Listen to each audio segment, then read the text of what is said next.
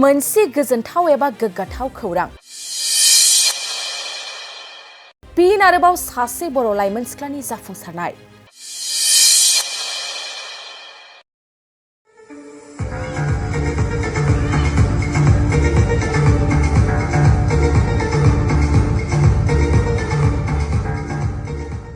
सासे बर' लाइमोन सिख्लाया बर' हारिनि थाखाय मोनसे गोजोनथाव एबा गोग्गाथाव खौरां लानानै फैदों।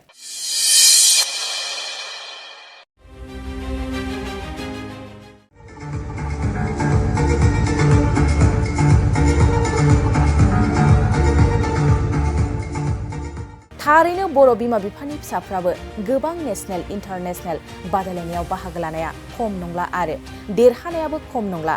बेबादिनो north east fashion star icon season 6 केटेगरियाव मोनहास्रि बर'आ सेथि मासियाव देरहासार जानो हादों।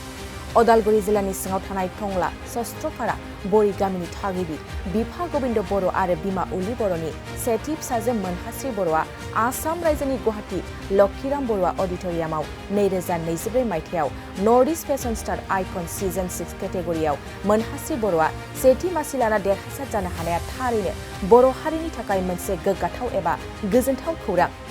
बिथां मोनहास्रि बर'नि बेफोरबायदि देरहासार जानाया ओनसोलजों लोगोसे गासै बर' हारिनि थाखाय जोबोद गोग्गाथाव बाथ्रा। दिनै देरहासार मोनहास्रि बर'खौ टंला दख'रा बर' फरायसा आफादनिफ्राय बरायफैयो, लोगोसे गामि आरो ओनसोलनि सुबुंफ्राबो बरायफैनायखौ बे समाव नुनो मोननाय जादों। मोनहास्रि बर' मोनहास्रि गामि बरि गामि सस्त्रपारा बरि गामि डिस्ट्रिक्ट उदालगुरि। गोजोननायालाय दं एसेबां बिदिनो बहुत गोजोनदों। दा बेबायदि गोजोननानै जिहेतु देरहासार बे मुकुटखौ गारनानै मोनबाय, मुं खामायबाय, न'खराव मा होनगोन आइ आफाखौ सोर फोरोङामोन नोंखौ फेशन बादायनो थाखाय? फोरोंनायाव आंनि आब' दोङो कृष्णा बर', बिथाङा आंखौ फोरोंदों। फेशन बादायनाय बिथाङा फोरोंदों। फार्स्ट टाइम क'क्राझाराव थांनायावबो बिथाङानो आंखौ फोरोंदोंमोन अडिशन होनायाव। दासिम खनबेसे फेशन बादायनाय जालांखो नोंनि बेलायाव? 9 टाइम्स। 9 टाइम्सनि उनाव नैबे गिबि खेबनि थाखाय बे सेथि जितु उइनार देरहासार बेखौ मोननो हादों नङा होमबा? नैबे सेकेन्ड टाइम विनार जानाया। नोंनि फेशन बेबायदि श' खालामनो थाखाय नों जेब्ला थाङो, नोंनि आइ आफाया थांनो होदोंना होआमोन? सापर्ट खालामदोंना खालामाखै? सापर्ट खालामो। आइयाबो आफायाबो ना? उन्दैनिफ्राय सापर्ट खालामबाय थादोंमोन ना? उन्दैनिफ्राय। बेजों लोगोसे फरायनाय बिथिङाव? फरायनाय बिथिङाव फरायलांबाय थादों नङा होमबा? बेबायदिनो नोंनि उनावबो माखासे फेशन दिन्थिनो गोसो जानाय गथ'फोर दं। गोबाङानो बेबायदि फेशनखौ बयबो लुबैयो। दानि नैबे मडार्न जुगाव फेशनानो बांसिन सोलिगासिनो नङा होमबा? फेशन नङाबा जाला होननाय बायदि। बेबायदियाव जाय गोसो गुदुं बिसोरखौ मा बुंहरगोन नों नानिया? माने इसोरखौबो बिसोरनि पेरेन्टसफोरा सापर्ट खालामनांगौ, खालामथिननांगौ। ओरैनो थाबाय थानो थिना आरो माने इसोरना गोसो दं खालामथिनांगौ खेबसेबाबो। ट्राइ खालामनांगौ आरो बिदिनो इसोरना गोसो दंबा ट्राइ खालामनांगौ खेबसेसो। ओमफ्राय उनाव आरो गोसो जाबावबा आरो खालाम। फेशन खालामना गोजोननाय दंना नोङो? औ गोजोननाय दं। दा आं गिबियावनो नोंथांमोननिसिम साबायखर होनो सानो। आंनि गोसो गोरबोनिफ्राय नोंथांमोना खबर लाफैनायनि थाखाय, अननाय जासिनायनि थाखाय, लोगोसे दिनैनि मोनसे जोंहा गोसोआव गोजोननायनि रंजानायनि सम। नोंथांमोनजों लोगोसे दिनै टंला दख'रा बर' फरायसा आफाद, बर' थुनलाइ आफाद आरो लोगोसे टंला दख'रा रंजालि बैसागु खुंथाइ आफाद आरो गामिनि सानैसो बिदिनो खबर लानो फैदों। जोबोद गोजोननाय मोनदों। दा बे फेशन मुलुगाव थांनाया फार्स्ट टाइम 2021 फार्स्ट टाइम जों क'क्राझाराव थांदोंमोन। 8 आगस्ट जों 4 आगस्टआवनो थांदोंमोन। बे फार्स्ट टाइम देरहानायखौ जिहेतु एक्सपिरियेन्सबो गैखायामोन बे समाव। दा बेयाव पार्टिसिपेट खालामना फैनानै नेक्स्ट टाइम जों मंगलदैयाव थांदों। मंगलदैयाव 2021 नि 29 नभेम्बर बेयो देरहानो हायाखैबाबो फिसाहै मोनसे साब टाइटेल मोनदों सार्टिफिकेट आरो स्लेस मोनबोदों बेस्ट ग्ल'यिं स्किन होननाय मोनसे फिसायै साब टाइटेल मोनदों नेक्स्ट टाइम जों टंलाव खालामदोंमोन बेयाव हायाखैसै आरो ओमफ्राय नेक्स्ट टाइम आरो टंलायावनो खेबसे खालामबाय बेयाव बेस्ट फट'जेनिक साब टाइटेल मोनदों 3 केटेगरि खालामासै बेयाव मिस केटेगरियाव खालामनाय बिनि थाखाय बहुत टाफ जादों बेयो उन्दैसिनमोन बयनिख्रुइ बाखि मिस नालाय बिसोरो सिख्ला बिदि कलेजाव फरायनाय माने सिनियर बिदि बिसोरो माने माबा बादायनो हायासै थेवबो टप 10 सिम थांनो हादोंमोन आरो बेनि उनाव 2022 आव जों फिर माबायाव थांफिनबाय गुवाहाटियाव थांना फार्स्ट टाइम किड्स केटेगरि खालामबाय बेयाव बेस्ट वार्क मोननो हादों सब टाइटेल नेक्स्ट टाइम थांदों आं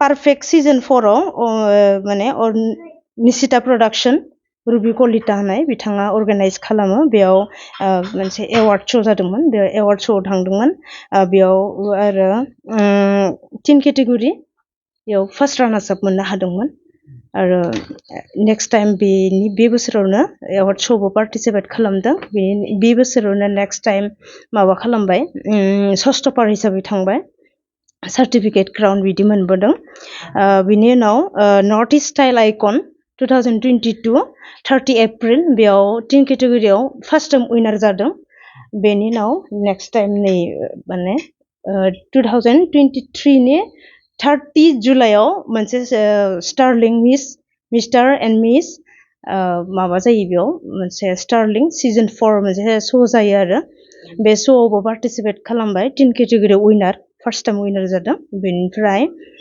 नैबे लास्ट टाइम दाखालिबो थांनाय 30 मार्चआव बेयो 3 केटेगरियाव उइनार जानो हाबाय बेयो गुवाहाटि आम्बारि लक्षिराम बर'आ सदन अडिट'रियाम जेराव साइन्स मिउजियाम आरो माने RBI नि माने डिस्ट्रिक्ट लाइब्रेरि आरो पुथिभराल बेयावनो दङ जायगाया बेयाव पार्टिसिपेट खालामदोंमोन बेयाव 3 केटेगरियाव उइनार जानो हाबाय थारैनो आं बिमा हिसाबै जोबोद गोजोननाय मोनदों आरो बे फेशन मुलुगाव मोनसे इन्टारेस्टेड दङ आरो बेनिखायनो आं हेंथा होआखै आरो बे जि बिथिङाव गोसो दङ फरायनायजों लोगोसे बे बिथिङाव जुदि दावगालांनो हायोब्ला थारैनो इयुन जिउआव बे मानसि जानो हागोन बेखौ आङो लुबैयो आरो अराय सम बिनिसिम आंनि माने बोर अननाया थाबाय थागोन नेक्स्ट सानदों क'क्राझाराव जायो जों जिहेतु फार्स्ट टाइम क'क्राझाराव माने बड'लेण्डआव थांदोंमोन नालाय NGO अर्गानाइज खालामदोंमोन सुदर्शन एन्टारटेनमेन्ट होनना नामदोंमोन आरो बै समाव दा सोलायनानै बड'लेण्ड होननानै बुंदों आरो बेयाव सिजन 4 जागोन नेक्स्ट जुलाइआव बेयाव थांनायनि एसे प्लानिं खालामदों बेयाव बिदिहाय जुदि स्कप मोनोबा थांनाय जागोन आरो स्कप दासिम फैयाखै दा उइनार जाबाय जेथिया लासैनो स्कपफोरा फैसिगोन आरो माने डाइरेक्टनो माबा खालामनो हायो आरो पार्टिसिपेट खालामहैनो हायो स्कप जुदि मोनोबा रेजिस्ट्रेसन फिसफोरखौ होनो गोनां जाया आरो दासिम जेबो खबर फैयाखै हयथ' इयुनाव साननैसोनि उनाव खबरा फैगोन आरो दिनै नैबे सस्त्रपारा बोरि गामिनि मानगोनां बिथां गबिन्द बर'नि फिसाजो मोनहास्रि बर' आरो बिमानि मुङा जाबाय उलि बर' बिथांनिनो सेथि फिसाजो मोनहासि बर' बिथाङा मियायो थिग माब्ला जाखो आङो बारा मिथियासै मियायै आङो गम मोनबाय जे बिथाङा north east fashion star icon बेयाव देरहासारनो हादों आरो बिनि खबरखौ मोननानै जों दख'रा एबसुआ दिनै बिथांखौ बरायनायजों लोगोसे आरो इयुनाव जाहाथे आरो आवगायलांनो हायो गुबुन जि बादायनाय जि सम फैगोन बेयाव जाहाथे देरहानो हायो बिनि फारसे जोङो बिथांखौ लोगो हमफायबाय आरो टंला दख'रा एबसु हिसाबै जोङो एसे गोजोननायखौ मोनदों जे जाबायदि गामि ओनसोलनिफ्राय बिथाङाबो थांनानै बे नर्थ इस्ट बायदि गोबां बादायारिनि गेजेराव बिथाङा सेथि मासिखौ मोननायखौ खोनानानै जों गोजोननायखौ मोनदों आरो निस्सय बिथाङा फेशन मुलुगाव गावनि मुंखौ देरहासार होनो हागोन जोङो दख'रा एबसुनिफ्राय निस्सय मोनदांनो हादों आरो बिथांनि न'खराबो बिथांखौ सोलोंथाइजों लोगोसे फेशन मुलुगाव आवगायलांनो थाखाय गोबां थुलुंगा होदों दायो बावैसो एसे बिमाया फोरमायनाय मथेबा आरो फैबाय थानाय समाव निस्सय बिथाङा जि आखायाव जुदि फेशन मुलुगखौनो जुदि लाबायब्ला निस्सय बिथाङा बेजोंनो फैबाय थानाय समाव ओनसोलनि बा न'खरनि आरो गामिनि मुंदांखा लाबोनो हागोन आङो दख'रा एबसुनिफ्राय बेखौनो खावलायबाय आरो बिथांनि जि देरहानाय बेखौ जोङो दख'रा एबसुनिफ्राय गोजोननायखौ फोरमायबाय।